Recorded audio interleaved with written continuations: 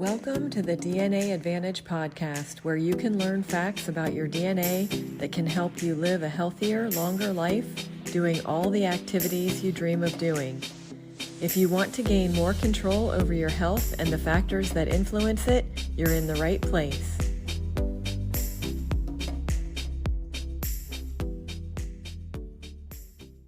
Hi there.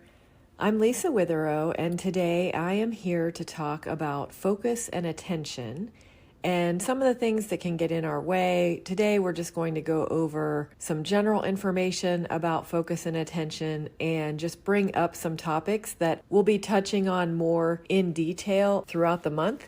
The goal that I have is to give you a little bit more of a view of different health topics. A lot of people will want to zoom in and get more detail, and that's when you can tune in to the next few weeks because we will do that. But these are going to be topics that are relevant to everyone. This month, it will be focus and attention that we are delving into.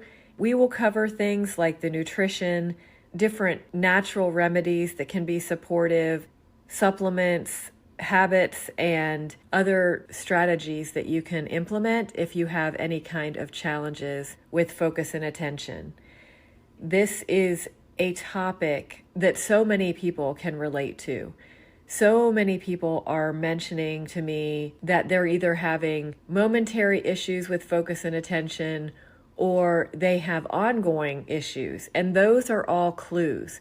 When you look back on your life and you think about what experiences you've had related to focus and attention, if you've had a constant struggle where you, no matter what age, you've experienced some level of attention deficit disorder or ADHD, it's important to recognize how long you've been dealing with the symptoms, but also how consistent are they and how much do they interfere with your life and your activities. This can help you better understand what the cause is. When we look at different causes, it could be stress. It could be lack of sleep. There are things that are going on in our lives that could be disruptive externally. And then, of course, we have potential internal issues like a deficiency, or we have some kind of illness that is putting us into fight or flight, and it's distracting our bodies from doing the things that we want to do, like focus, get things done and be productive, but our bodies are focused on something entirely different because there is an illness or some sort of distraction. Those distractions can include even mold or some viral or bacterial component. And it's important for us to recognize what the sources could be so that we can address those sources, minimize them, or eliminate them altogether.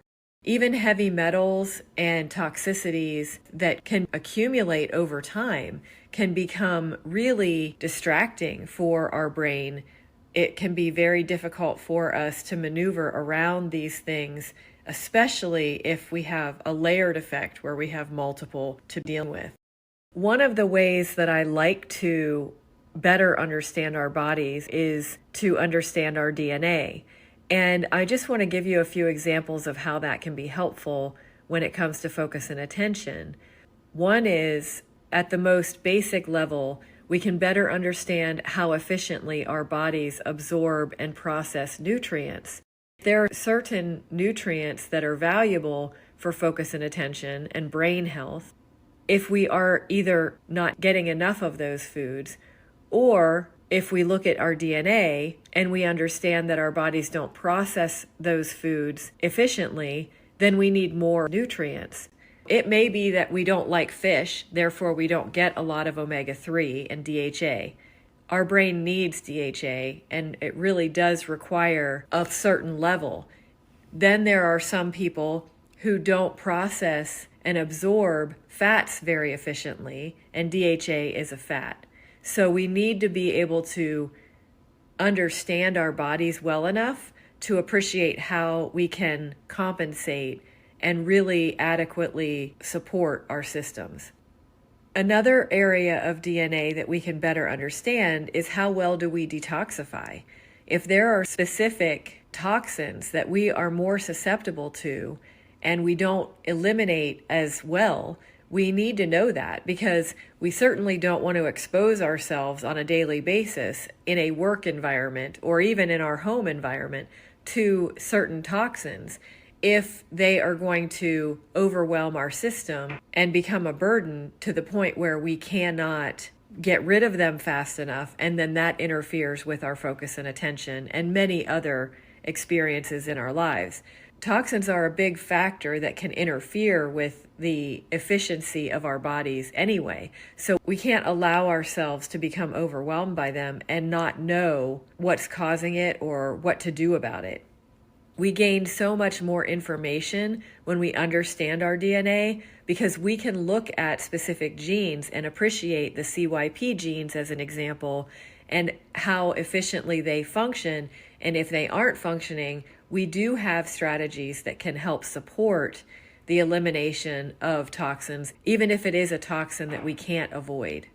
Another thing when it comes to DNA is we can understand our oxidative stress and our inflammation genes. If we aren't able to offset the inflammation that we're experiencing or the oxidative stress, we know we're more susceptible to those things. And as an example, I mentioned earlier that stress can be a really big contributor to having lack of focus and attention.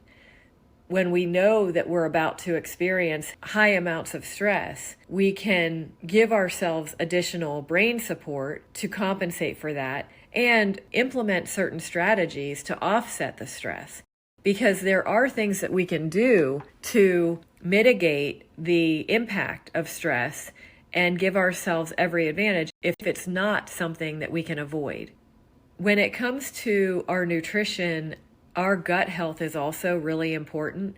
Our gut health is critical when it comes to neurotransmitters, and neurotransmitters impact our brain function. So we want to make sure that our gut health and our microbiome are also supported. And we need to be able to appreciate if something changes and our focus and attention is suddenly compromised, we need to look back at what has contributed to that, what changed. What have we been exposed to, or what may have changed for our digestive tract or our gut health? There are so many different things. When we appreciate what our DNA is, that is one level that we can better understand about ourselves. It's a much deeper level. We also can get clues from our past experiences. We can get clues from our symptoms and better understand when are we more alert and attentive, and when are we struggling more, if it's a certain time of day or if it's a certain time of year. It really is important to recognize those things because it's giving us information about what is serving us and what is detracting from our objective. There's no question that we all need to have focus and attention in our lives. We need to be able to be productive, get things done, be able to complete a thought, complete a sentence, complete a project. And so many times we have a lot of different things on our plate, and it could be just a matter of recognizing that that is when we get overwhelmed, is when we have too many things going on at once. And what are the things that are contributing to a complete project versus distracting us from completing that project? And being able to control those factors when we understand them is much easier. Later this month, we will be looking at specific examples, but natural support can come from essential oils, flower essences, homeopathics, from nutrients. It could be even lifestyle choices and changes that we make that really make the difference for us because we better understand what is going on with our bodies and what is really making the difference. There are so many different scenarios. When we think about how in the news there are so many different examples of conditions and disorders that have been labeled. I really want to challenge you to think about the underlying facts. When we look at ADD and ADHD, we label those, and maybe we ourselves have been labeled with those conditions. I want you to look beyond a diagnosis and really appreciate that you have better days and worse days. There are times when you feel like you are moving in a positive direction versus days where you feel like you're just bogged down and walking through mud. It's important for you to appreciate that if we identify as having a particular condition like ADD or ADHD, I just feel like so many people give up and accept that that's part of who they are. And I really want to challenge you to go beyond that, because it is not something that we have to live with. It is not something that we are saddled with and will never recover.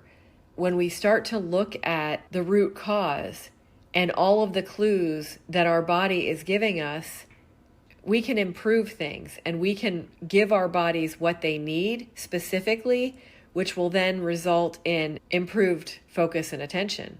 I've had a client in the past who said to me, I really like having ADD because I am very creative and I think of different ideas at odd times, nighttime, middle of the day, middle of a meeting, middle of a sentence. And I don't like the idea of stifling that. And making adjustments to nutrients, it's not like medication. It is not going to dumb down your creativity or eliminate your ability to think clearly. It really is giving you the ability to think clearly and be zooming in on the topics that you want to be zooming in on at that moment. And if you have an idea that is distracting but still valuable, you have the presence of mind to compartmentalize that, move to that topic, write down what you need to write down, and then shift back to the topic at hand for that meeting. I really want to reinforce that when we are diagnosed with something, it's not that it's not valid. I'm not trying to say you don't have ADD or ADHD. What I'm trying to say is there's a reason that we have these symptoms. There's a reason that we've struggled. And when we can recognize the underlying needs, we can support our bodies in a very specific way and have better performance in the ways we want.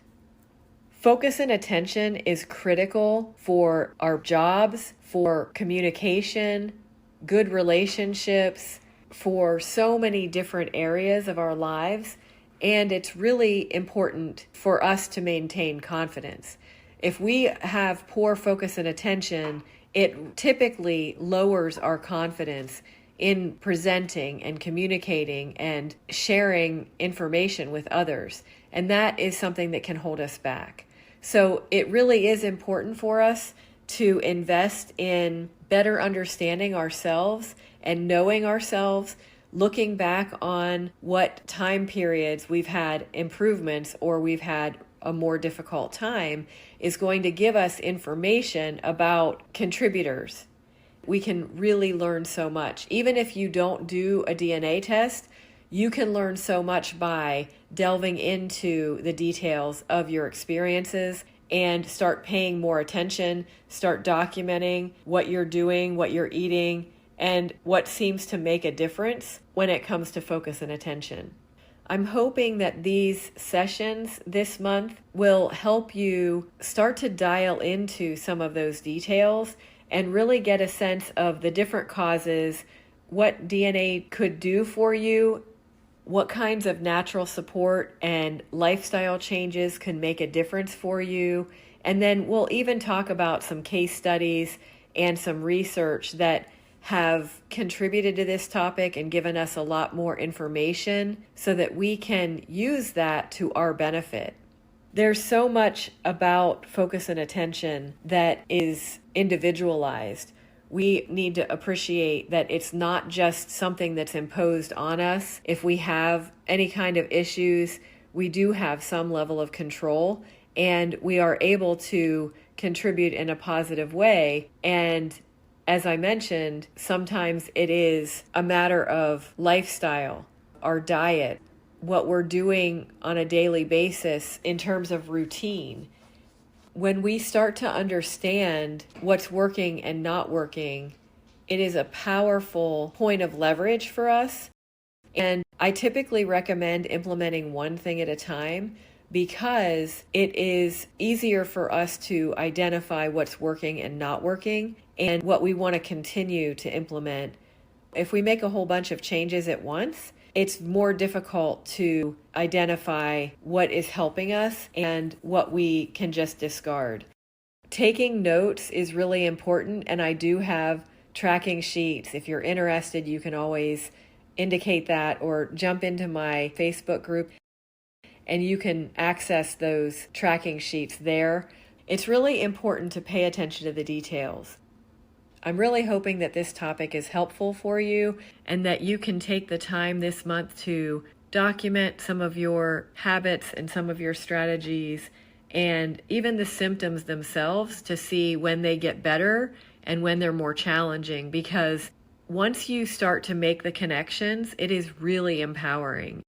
It helps you understand yourself better and really contribute to your health overall. Thank you for joining me today and dedicating time to your health. It can really be challenging to narrow in on and stick with the actions that make the most difference for us. If you want to get some support to improve your health and performance, there are a few different ways. I do have a low-cost group membership. I have a DNA discovery program that goes more in depth into your personal DNA. And I currently have one spot open for a one-on-one health session package. Those who are interested can click my scheduling link below and I can help you determine which option would be best for your needs. Thank you so much and have a great week.